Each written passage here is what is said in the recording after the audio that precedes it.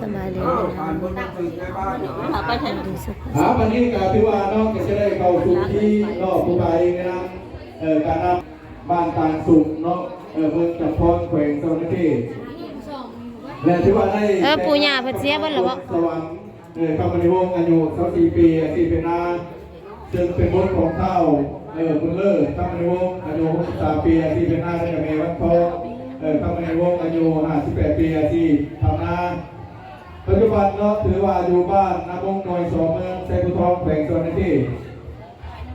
ตามการปรึกษาหรือทั้งสองฝ่ายได้ตกลงเป็นเอกภาพในมือสู่ขอนอกถือว่าทางฝ่ายซ้ายได้มอบการสินสอดเป็นเงินนอกในแก่ท่านเจ้าสาวเราจะเบาน้ำตาคอเบาพี่น้องหลังจากที่อันนั้นบ้านเพิ่นอ่านพ่อแม่ก็เสียชีวิตแล้วไม่แต่ป้าน้าสาวนะมางานแต่งกันดิบ่ได้บอกมาล่วงหลายก็มีอยู่20,000 บาทรวมแล้วที่ว่าคือน้ำตัวเท่ามีอยู่30,000 บาท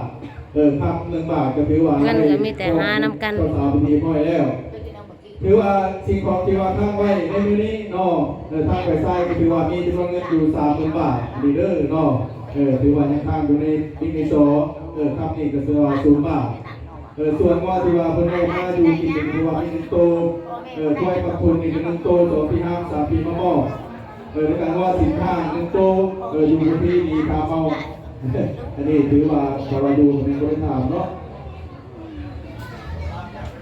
สมบัติที่ว่าภาษาบุคคลใหม่นอกกับยังบ่ทันมีมีก็ถือว่าอยู่ในการอะไรนอกถือว่าตามกรณีตกลงพอมีผู้นี้ก็ถือว่าเป็นทรายสมยิงเนาะสุชูยิงกับท่านสาบริหารเมืองในกรณีทรายยิงมีทรายในทางที่บ่ถูกต้องนอกก็ถือว่าจะได้ความหมายตามฮิตกองกับพี่นี่นักถือเบาทางฝ่ายยิงก็ถือว่าจะได้ถามเอานักผูกเป็นปอเป็นแม่ผูกกองทางฝ่ายซ้ายก็ถือว่าจะได้ถามเอานำจะว่าลำซ้ายหรือว่าพยานของเป็นผูกกองเนาะเพราะว่าพวกเองเสียชีวิตแล้วก็ถือว่ายังแต่เจ้าไอ้ลำซ้ายที่สั้นถือว่าพวกเขาก็ได้เห็นบทบันทึกเนาะสำหรับนี่เนาะในการส่งหน้าทั้งตะโกนทั้งโศกกับสองฝ่ายเพื่อเป็นหลักฐานในต่อหน้าที่นำวันที่18 เดือน 4 2025นอกจากถือว่าทั้งลายเส้นทั้งเจ้าสาริกบนสวรรค์ทั้งเจ้าบ่าวเป็นทั้งทะเลเนาะวันนี้ทั้งเจ้าพวกไฟยิ่งเอานี่ก็มีพอขมอนพวกมาไก่พอเลิศคำมณีวงศ์กับพอเตี้ยคำมณีวงศ์ผู้ครองทางฝ่ายใต้ตาเป็นทางสีนวลได้ไปหน่อยพ่อแม่บ่มีนะมีแต่ป้าน้าสาวมางานกันดิบัดทั้งนั้นจากสาวสิสมากับสิสมานและปู่ย่าเนาะของพ่อของแม่นั่นท่านเสงนี่ก็เสงเดือนท่านโยดคนท่านโยดนี่ก็ยังไงนี่ตาเนาะท่านตั้งที่เป็นเนาะเอาก็ถือว่านายบ้านจะเป็นคุณบ้านส่วนสวรรค์เนาะผมโสก็ถือว่าทางพุทธมนต์อันนี้ก็ถือว่าผ่านการผ่านนอกบทบันทึกในใบน้ำตาลเฮานี่ก็ถือว่าเฮานี่นอกก็ถือว่าจบนอกกับพิธีถูกต้องเลยเนาะตามเว้ากันเนาะก็จะได้มอบไปทางเพิ่นนอกดำเนินสู่ขวัญให้ถูกต้องตามที่ทุกพิธีเฮาต่อไปเอาเชิญเป็นท่านอาจารย์เนาะมอบให้ครับ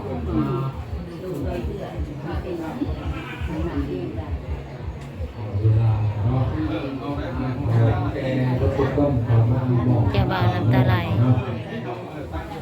ในพาควันไปเนาะขอไอ้ไหนเพราะว่าพ่อแม่บ่มีมาร่วม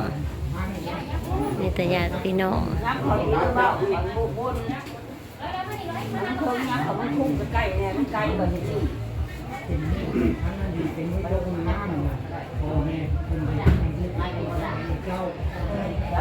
ว่าทำไมเขาจำในข้างบนอะไรอย่างนี้สงสัยเขาส่งยังไม่บอกโอ้ยกระเบิดเลยเป็นเลใส่ไก่พูดเลใส่ไก่ป่ามันคือโกสมว่าเขาเนี่ย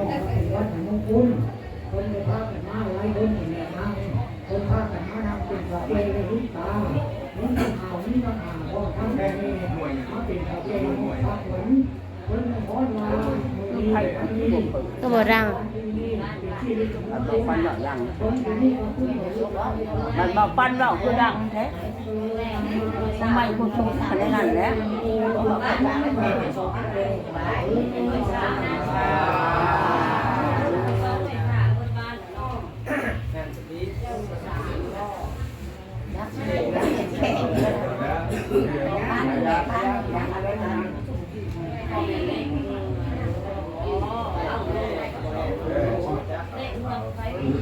จริงเราสกันนะครับวันนี้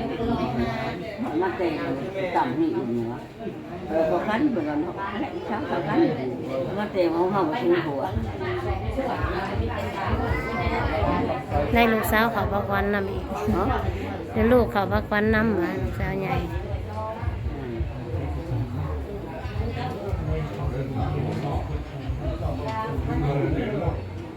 เพราะนางทั้งหลายนางกินเหมือนมากันบอก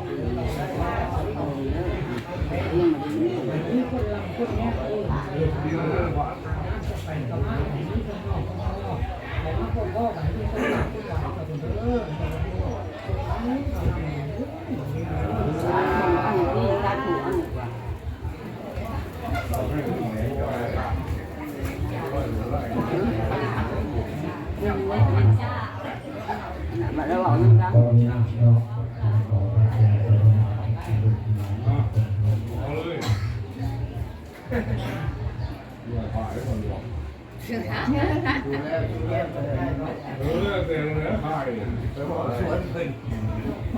ยาคนเห็นเองคน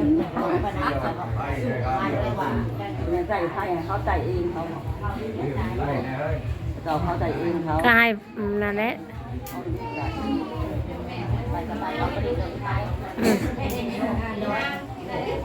พอปลูกได้เขาใจไทยเองเขา แม่น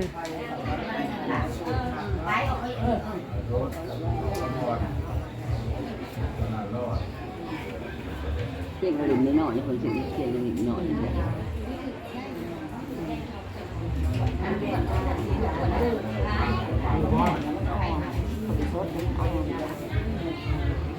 วิธีการโลด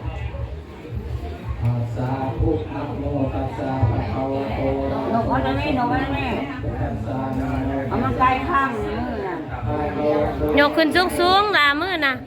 ไกลข้างเลย ยกขึ้นสูงๆไกลข้าง สาธุสัพเพกัมเมจารุเตเสสิทาสัพเพสังฆาริยาย กให้มันใกล้ข้าง ข้างก็ได้ ตุเมติเตตมมาจันตุเตวะสะสัทธามินักขะคัตถะปะนังคาติสัทธาสันติเตชะนังสาธุโหนิสุนันตุ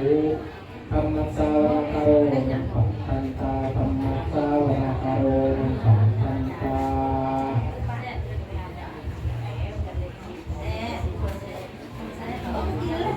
นบเลยนบเลย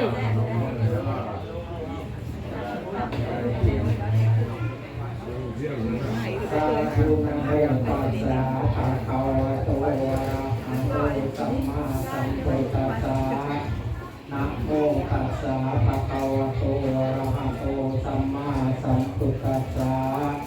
นะโมตัสสะภะคะวะโตอะระหะโตสัมมาสัมพุทธัสสะพุทธังอนุวัตนังเตสิตังนวานิพานังสารนังคัจฉามิธัมมังอนุวัตนังเตสิตังนวานิพานังสารนังคัจฉามิสังฆังอนุวัตนังเตสิตังนวานิพานังสารนังคัจฉามิ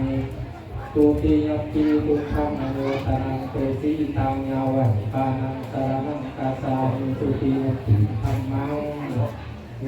อนุวัตนังเตสิตังนวานิพานังสารนังคัจฉามิตุติยมปีสังฆังอนุวัตนังเตสิตังนวานิพานังสารนังคัจฉามิตาติยมปีพุทธังอนุวัตนังเตสิตังนวานิพานังสารนังคัจฉามิตาติยมปีธัมมังอนุวัตนังเตสิตังนวานิพานังสารนังคัจฉามิตาติยมปีธัมมัง เอาเงินพาดูแลใช่ก็ซื้อหลังพาทาให้ไม่ใหญ่ไม่พาไปซื้อเดิมอ่ะไปพา ไทยให้พญายไว้ สา ไว้ลงเด้ ธุ อ สีสีสวัสดีจงเสียงเฮือนห้องมาพามา อยากเชื้อได้อยากเชื้อได้ไปสิเออ เสียงดังไปโยบอกขานมหาสมคาเทียละสีเทระดูที่เทไทย เขาก็บ่ได้เชื่อเขาก็บ่ได้เชื่อไว้มาหยาดกัน เป็นปีพศ แนมเบิกแสงเทียนบ่อีนางแนมเบิกแสงเทียนบ่ แค่ดูงามตามคำน้องโมหันละไว้เพิ่งละไว้ว่า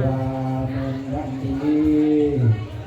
เป็นวันทุกข์ ลาแล้วพี่น้องสำหรับคลิปนี้ก็พอกันกินน้ำเนาะ แห้งหกที แกงด้านนอกก็พาพี่น้องยังหลายอยู่เด้ พอพุทธานังคาลาตินัง ย่อเขากันอยู่กึบๆอยู่แล้วย่อเขาสิม่วนต่อยพี่น้องก็พอกันคลิปหน้าพี่น้องก็ขอกดส่งกดไลค์กดแชร์นะเด้อพี่น้องสบายดีทุกคน เป็นวันดี